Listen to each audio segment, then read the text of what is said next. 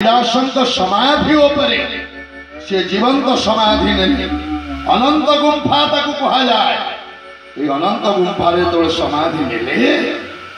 तांको समाधि उपरे हाथ पाद अछि। बलदेवकर पूर्ण विग्रह खंडा धरिचंती सेपटे सामने रे दर्पण लगी। आपण दर्पण को अनेक प्रभु को दर्शन करेंगे। आ सब बड़ आश्चर्य कथा जानी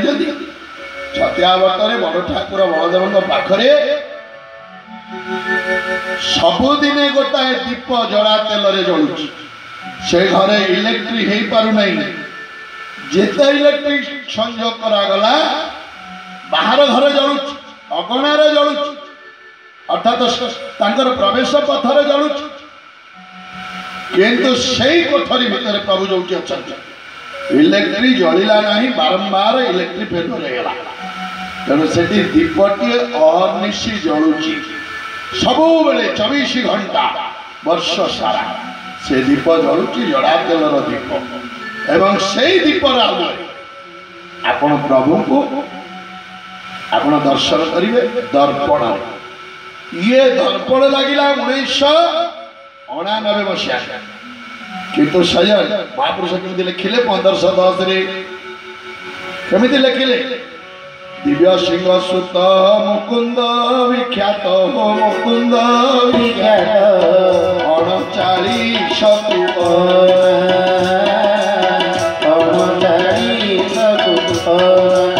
दर्पण मध्यरे मोते चाहिए दर्पण मध्यरे मोते चाहिए त्रिदश होइब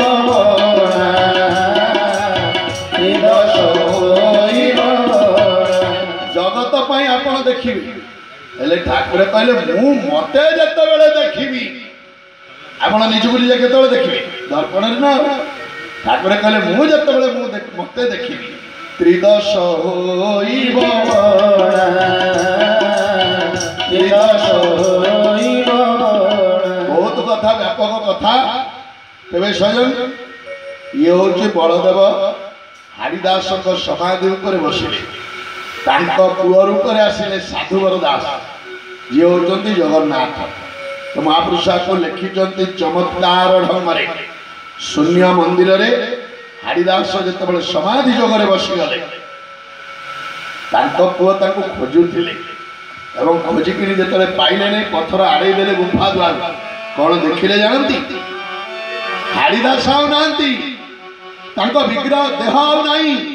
शपथ केशरी कथा लोबौल शपथ धनी व्यवस्था बोल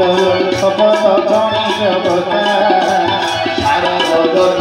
शिशु अनंत जय जगन्नाथ जय जगन्नाथ जय जगन्नाथ जय जगन्नाथ। जितेबाला पुओ साधुवर दास जगन्नाथ स्वरूप खोलीदेले पथर खोलीदेले गुंफा द्वार देखिले हरिदास गोटे शपथ फणी सप्त फणी नाग छिड़ा कांदिले कहले ये कौन बापा आपण कौन गले कहले अरे मु कड़े जाइने मुझे तेणु से साधुवर दास जो देह छाड़िले तांकरी समाधि उपर छतिया जगन्नाथ मंदिर जगन्नाथ विग्रह सारीदेवी आ 5 मिनिट कार्यक्रम एवं साधुवर दास पुओ रघुवर दास समाधि उपरे सुभद्रा मंदिर हाथ अच्छी पाद अच्छी खंडा धरी हरिदास जड़े भौणी थे 12 वर्षर भौणी कनक जी देह छाड़ी समाधि उपर 16 भुजा कनक दुर्गा मंदिर छतियाबट समाधि पीठ। तेणु जगन्नाथ कहले लक्ष्मी छतियाबटरे मोर कल्कि अवतार लीला हम अनेक लक्षण अच्छी आज आ बेल हम। तेणु हरिदास भौणी समाधि उपरे कनक दुर्गा मंदिर हरिदास समाधि उपरे बलदेव मंदिर हरिदास पुओ साधुवर दास समाधि उपरे जगन्नाथ विग्रह जगन्नाथ पुओ रघुवर दास समाधि उपरे सुभद्रा विग्रह एवं जगमोहन श्रीक्षेत्र रे जगन्नाथ सुभद्रा बलभद्र किंतु छतियाबटरे जगन्नाथ बलभद्र सुभद्रा सुभद्रा शेष तार कथा होची ये क्षेत्र जीव परमर मिलन क्षेत्र ये माया त्याग कर जे शून्य है आसीबो जे समर्पित है आसीबो ये जोगमाया तार किछि करिवनी आमे जीव परम एकाठी ही जीवा चल देखी जीवा गोसरी सुन देखी कोनी चल देखी जीवा गोसरी सुन देखी कोनिया दुई मासे दुई घर बसी छंती दुई पासे दुई घर बसी छंती मझिरे बसी कनिया चल देखी जीवा गोसरी सुन देखी कोनिया तेणु सजन आलोचना करने को आज बेल हम नहीं ये कल्कि अवतार लीला पुणी जिते समय हम करवा किंतु गोटे कथा मुझे कहि ये टंका पैसा सोना रूपा गाड़ी घोड़ा ये सब वैज्ञानिक जंत्र दिन अचल हवा गोटे सचल सी जगन्नाथ गोटे सत्य आपण मैंने प्रभु भक्त एवं भगवान जीव एवं परम प्रेम भक्ति एवं विश्वास तेणु तांको विश्वास धरिबा प्रेम और भक्ति भाव डोरी तांको टिके बांधी रखिबा तानहले नीलाचल छड़ी धरो ब्रह्म मूर्ति आसीबे छतिया हो नीलाचल छड़ी धरो ब्रह्म मूर्ति आसीबे छतिया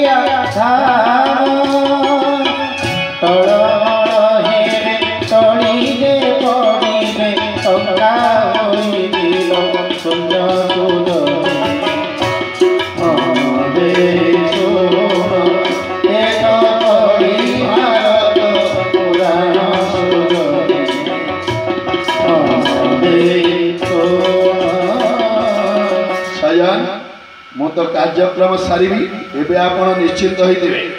जगन्नाथ स्वरूप छतिया जीवे ना भीतर जो अनंत कला लुचि से अनंत कलाटी हरिदास सप्तपुरुष पर्यंत गुप्तर लीला करेंगे एवं जिते बड़े जगन्नाथ पूर्ण आज्ञा हम से प्रकट हे प्रकाश हे ये छतिया बटरे से बेले रथ यात्रा हो 6 वर्ष नंदी घोष रथ चलीब नवनीला चोरे मोर अबढ़ा होइब 6 वर्ष नंदी घोष जत चलिब ना नवनीलाचल छतिया बटरे ये जात हम से समय केवे ताको आमे के कहि परिबो ना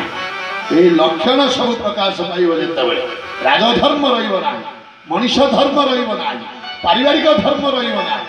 एवं धर्म संस्थापक जो माने धर्मर कथा कहते धर्म गुरु माने से माने नीति नियम आदर्श रे ना मानव जो मानवत्व को बलिदेव आपण देव दानवत्वर कथा छलना सठता कपटता से प्रभु ये शक्तिमान को आज्ञा दे कौटी प्रलय किए कर भूमिकंप पवन जल ये जेते जेते कथा नाना नुआ रोग सब दुर्गांकर चंडी शक्ति माने सही माने करिवे प्रलय आनिबे कल्कि अवतार महाभयंकर कल्कि अवतार महाभयंकर विश्वरूप प्रकाशी हो विश्वरूप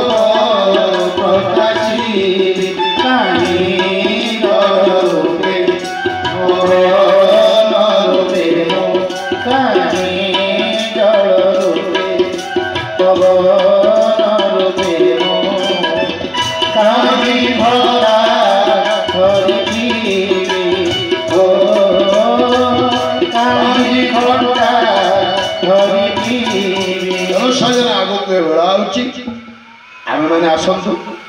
आज प्रभुंर जो अधरपणा लगी ये प्रभुंर अधरपणा लगे पार्श्व देवादेवी